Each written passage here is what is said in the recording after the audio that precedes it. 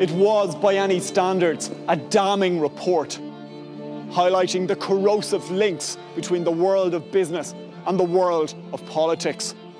Vast public outrage, political indignation, promises of government action. But here is the thing, I am not talking about the Mahon Tribunal.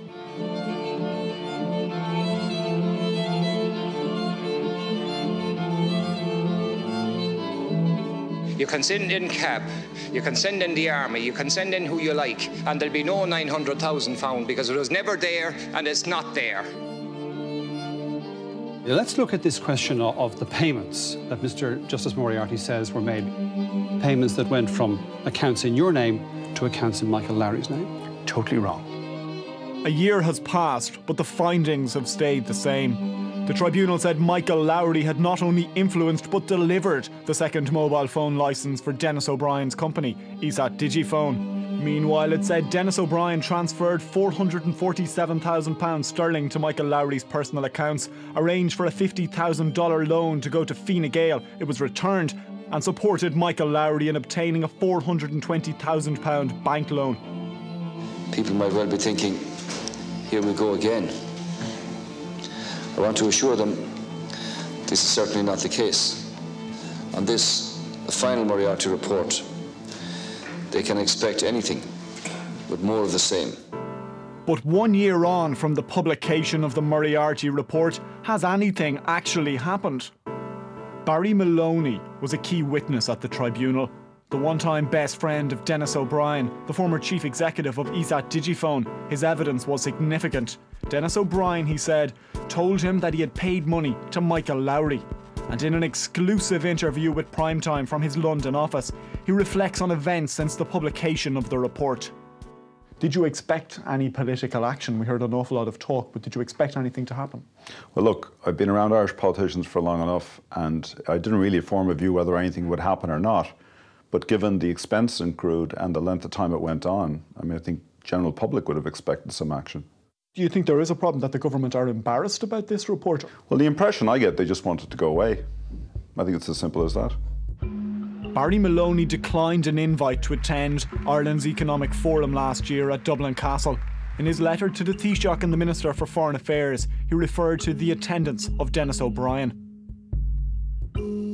I just felt there was, at that stage, the report had been issued, and I didn't believe it was the right thing to do, given that I felt the example the government was setting there was the wrong one. I just felt it was contradictory to what I expected. And have you got any response? No, I haven't. I got an acknowledgement, I believe, from the Department of the Taoiseach that they'd received the letter, but no more than that. The tribunal inquiry has found that Michael Lowry delivered the licence. This wasn't just any licence, it was the largest procurement award in the history of the state, and there has been no consequences, no repercussions.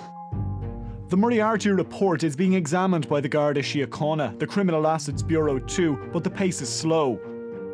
Primetime has learned that Michael Lowry and the businessman Ben Dunn, two men heavily criticised in the report, have yet to be interviewed. The DPP have three difficulties really, because the evidence given at the tribunal is evidence given at the tribunal. It can't be used in the criminal investigation. But secondly, some of the people on the money trail are dead, so that's gone. And third, these events occurred in 1996, 1997, when legislation that's been introduced in 2001 would have counted for that, but you can't retrospectively prosecute people. And for those at the centre of this mammoth probe, life just seems to have carried on. Denis O'Brien, the country's richest man, a billionaire tycoon with interests in telecoms and media across Ireland, Europe, the Caribbean, and he's had a busy year. People, what fields they were in, and was very interested in just what everybody does.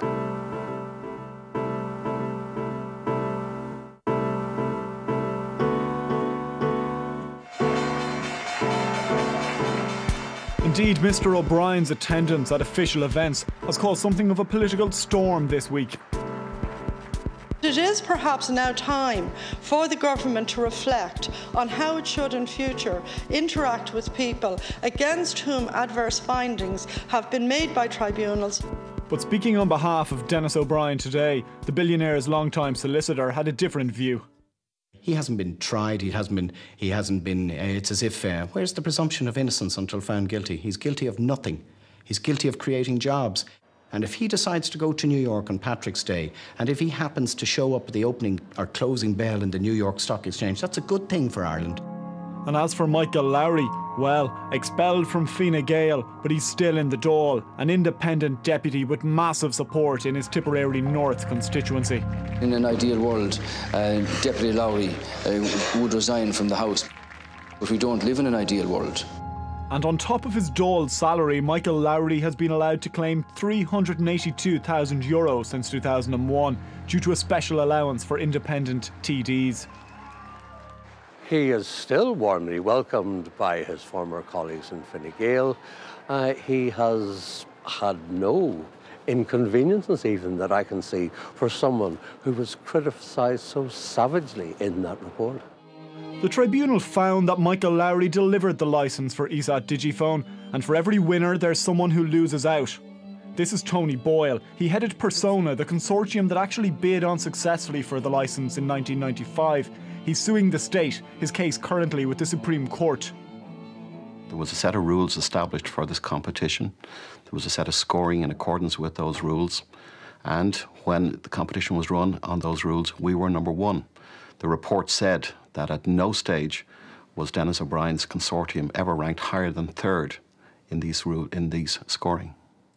How much has your involvement in pitching for the mobile phone licence cost you? Oh, at this point in time, over €10 million has been the actual cost.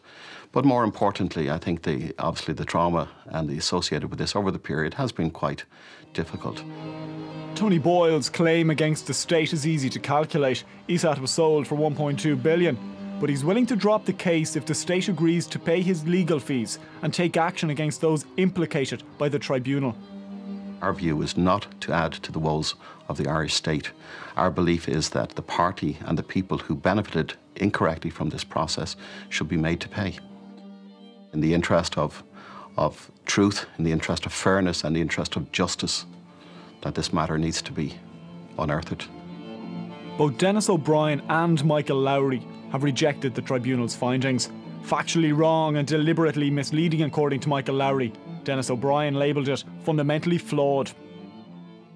Do you honestly believe that the tribunal came back and said there was nothing untoward with the awarding of the licence? Absolutely. Absolutely.